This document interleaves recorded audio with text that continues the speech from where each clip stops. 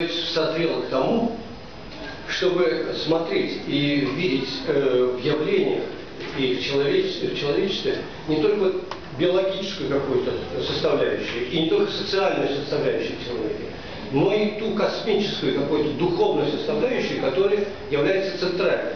Вот с этим мы можем человека назвать некой какой-то такой необычайной космической монадой, которая носит в себе нанокосмос.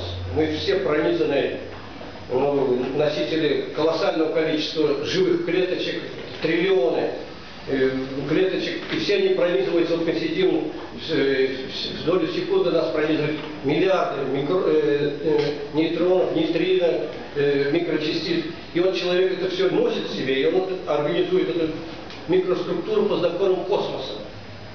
Точно так же и культура. Культура народа, она собирается из этих вот, из суммы.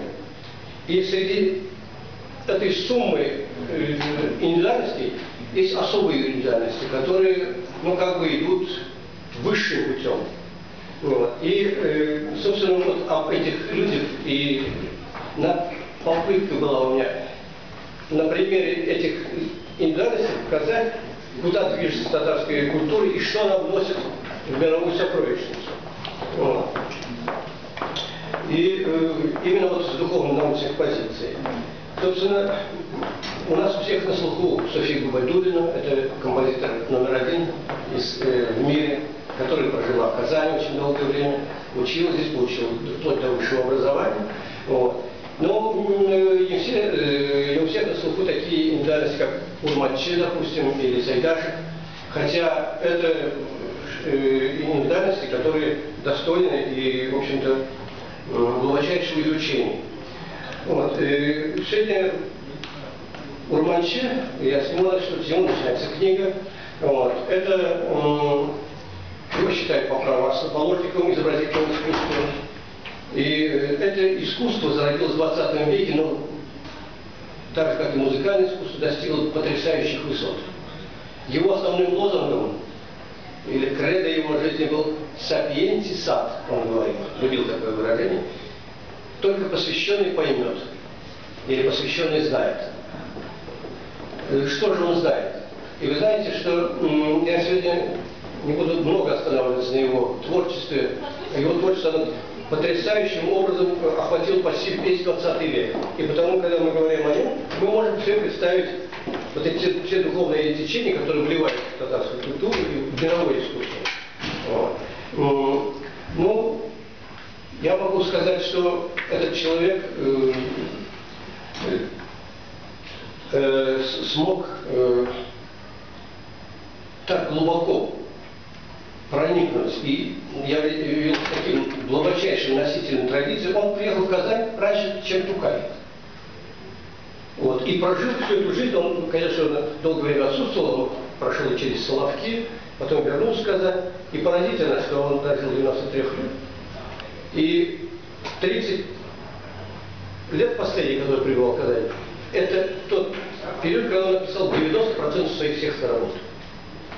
А до этого было колоссальное количество. Он работал в Казахстане, он был связан со всем тюркским миром. Казахстан, Узбекистан, Башкирия. В общем, не осталось ни одной тюркоязычной культуры, в которой он не пребывал. И что же он принес? Он не только открыл нам новый способ. До него сын Муллы, до него не было изобразительного искусства. И он пошел наперекор всему в те времена, это начало 20-го столетия, и дал нам, он не только отобразил те индивидуальности, которые были в те времена, и не только дал тот быт, который мы были, но поразительным способом нас он привел к познанию духовного начала.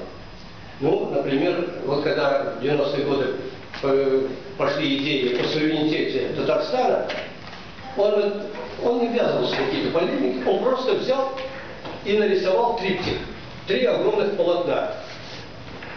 В центре Казань с мусульманскими построениями, там, в том числе и башня Сюрмей. с другой стороны по краям Свияжск с христианскими храмами, и с другой стороны булгары. Он как бы карту дал, духовную карту республики.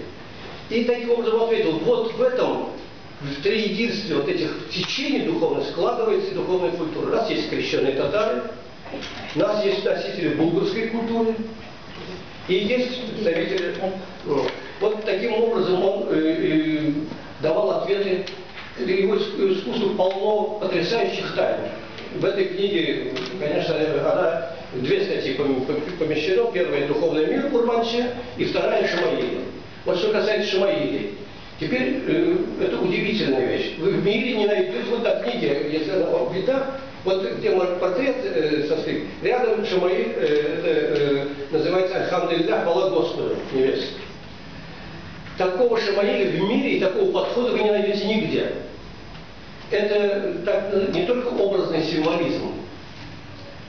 И вы знаете, все Шамаили, что представляете? Ну, какая-то мечеть нарисована, где-то полумесяц, где-то что-то. Вот. А он дал нечто другое. Вот если вы внимательно посмотрите на этот рисунок, посмотрите, сверху спускаются два потока, один из них прерывается, а другой входит в закругление. Ну, некий такой самость. Это очень напоминает человека, человеческая фигура. Вот.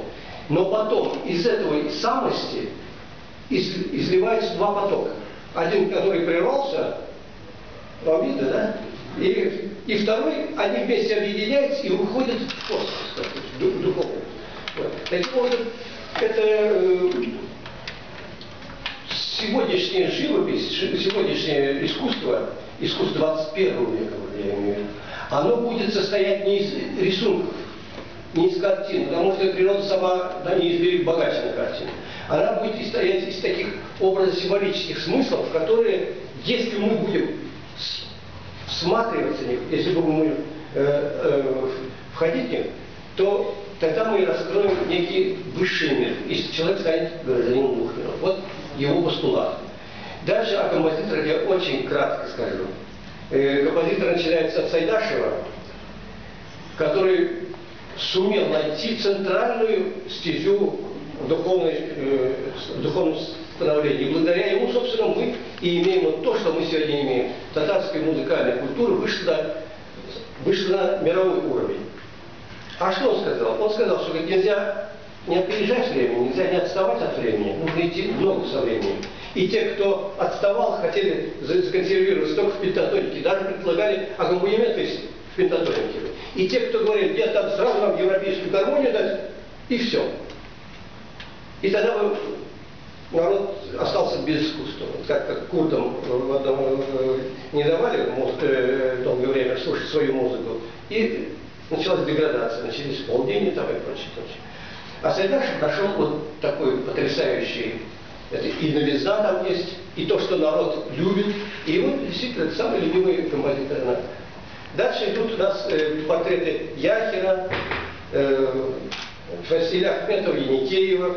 Ну, это, можно сказать, знаете, я не могу сейчас другого слова, они как бы, мы не изгоями были в обществе, но очень сильно истоптаны, понимаете, жизнью.